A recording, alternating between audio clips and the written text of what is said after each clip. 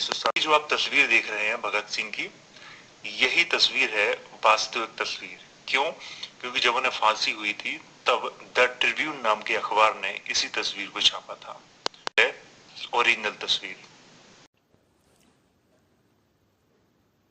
परंतु हैट टोप के बजाय भगत सिंह को फेटा यानी पगड़ी में दिखाकर उन्हें पारंपरिक बनाया गया, ऐसे कुछ विचारवंतों का कहना है। वो सच लगता है। बहुत से महापुरुषों के ऐतिहासिक दिनांक में भी वाद विवाद कुछ लोग निर्माण करते हैं, जिसके कारण उनके विचार बाजू में ही रह जाते हैं। शहीद भगत सिंह के जन्म तारीख पर भी विवाद है। कोई 28 सितंबर तो कोई 19 अक्टूबर बताते या मनाते हैं। महात्मा क्रांतिबा फुले के जन्म दिनांक पर भी ऐसा ही वाद विवाद था। सबने निश्चित दिनांक तय करके आज 11 अप्रैल को उनकी जयंती मनाते हैं। भगत सिंह के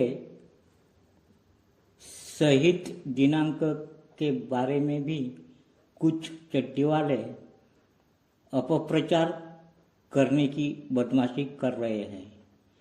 14 फरवरी जिस दिन प्रेम दिवस के रूप में कुछ लोग मनाते हैं, उस दिन यह शहीद दिन बताते हैं, मनाते भी हैं। इस साल में भी ऐसे कुछ पोस्टर सोशल मीडिया में देखने को मिले। हमने गलत है ऐसा कहकर सही दिनांक भी बताया है। फेसबुक के एक पेज पर चड्डी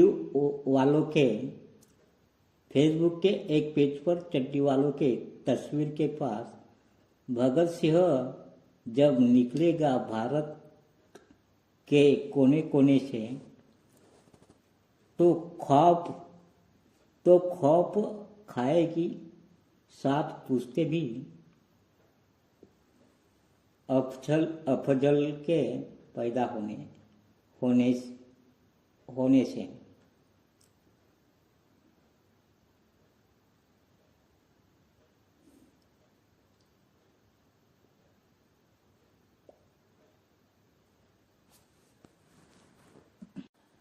फेसबुक के एक पेज पर चड्डी वालों के तस्वीर के पास भगत सिंह जब निकलेगा भारत के कोने कोने से तो खौफ खाएगी, साथ पूछते भी अफजल के पैदा होने से, जय हिंद, ऐसा लिखा था। ऐसा लिखने का क्या उद्देश्य होगा? अफजल ये कौन है? इतिहास का अफजल खान या अन्य दूसरा अफजल?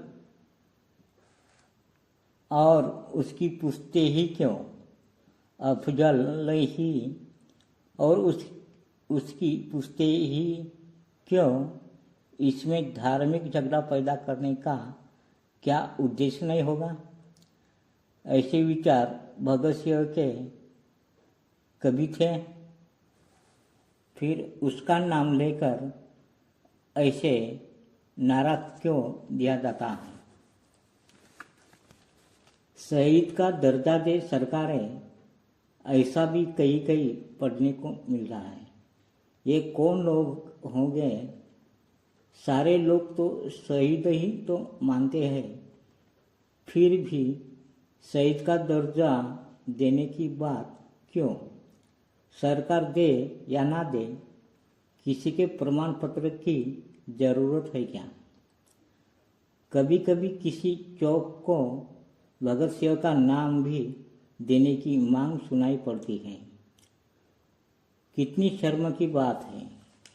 मांग भी करते हैं तो कितने निचले दर्जे की। अरे गहरे आलतू फालतू लोगों को बड़े बड़े पुरस्कार दिए जाते हैं। आज भारत रत्न तो एक मूल्यहीन पुरस्कार बन गया। इतने नालायक बेकामी बदमाशों को भी भारत रत्न दिया जा रहा है। ऐसे में किसी चौक को भगत सिंह का नाम देने की बात अपने आप में शर्म की बात है। सच में ऐसे लोग शहीद भगत सिंह के अनुयायी लगते हैं क्या? उनके नाम पर तो स्कूल, कॉलेज, विज्ञान केंद्र, शहर, गरीबी, जात, अज्ञान, अंधश्रद्धा वगैरह निर्मूलन की संस्था होनी चाहिए।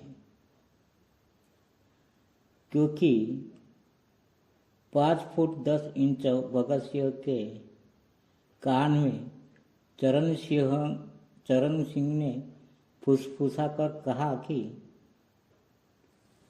वाहे गुरु जी का नाम लो। तब भगत सिंह ने बताया कि पूरी जिंदगी मैंने ईश्वर का नाम नहीं लिया, उल्टे गरीबों के लिए कोसा है। फांसी के कुछ क्षण पहले भगत सिंह किताब पढ़ रहे थे। तब उनके वकील प्राणनाथ मेहता ने उन्हें पूछा कि देश के लिए कोई संदेश देना चाहेंगे। तब बिना चेहरा हटाए बोले, सिर्फ 2 संदेश, साम्राज्यवाद मुर्दाबाद, इनकलाब जिंदाबाद। उन्होंने जातीयवाद व छुआछूत का भी अनुभव लेकर किसी को पानी भी पिलाया था। इसलिए फांसी से छूटा तो डॉक्टर अंबेडकर के साथ काम करने की मन में ठानी भी थी। आज उसी बाबा साहेब आम्बेडकर पर इतने प्रख्यात वकील होते हुए भी भगत सिंह की केस न लड़ने का दोषारोपण किया जाता है, परंतु वास्तविकता भूल जाते हैं कि छुआछूत के कारण उन्हें बराबर केसें ही नहीं मिलते थे और उस वक्त वकालत छोड़कर अपना पूरा ध्यान उस समय गरीबों के अधिकार में लगाया था। तो यह प्रश्न ही नहीं बनता कि भगत सिंह के लिए कानूनी लड़ाई लड़ी नहीं। भगत सिंह बड़े ही अभ्यासक थे। किताबों का बड़ा छंद था। फांसी पर जाने से पहले लेनिन की जीवनी पढ़ रहे थे। भगत सिंह लिखते भी थे। उनके जेल में लिखे गए साहित्य दबाए गए। साइमन कमीशन का विरोध करने पर, लाठियां चलाने पर लाला लाजपत राय की मृत्यु हुई। इसी का बदला लेने के लिए भगत सिंह वगैरह क्रांतिकारियों ने इंग्रज अधिकारी की हत्या करने का फैसला लिया, ऐसे बताया जाता है। परंतु एक विचार प्रवाह ऐसा भी है कि लाला लाजपत राय तब वहाँ थे ही नहीं। दूसरी बात, भगत सिंह अविचारी नहीं तो ज्ञानी थे।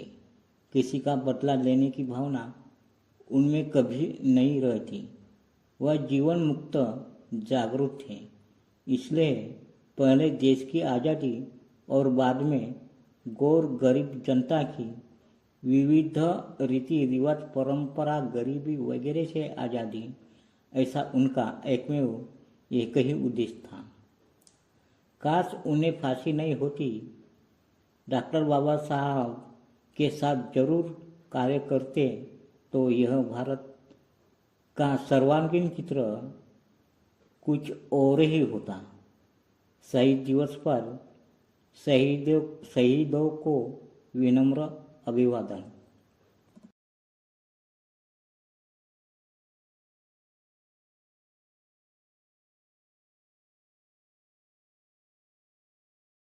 तो लाइक कीजिए, शेयर कीजिए, सब्सक्राइब कीजिए।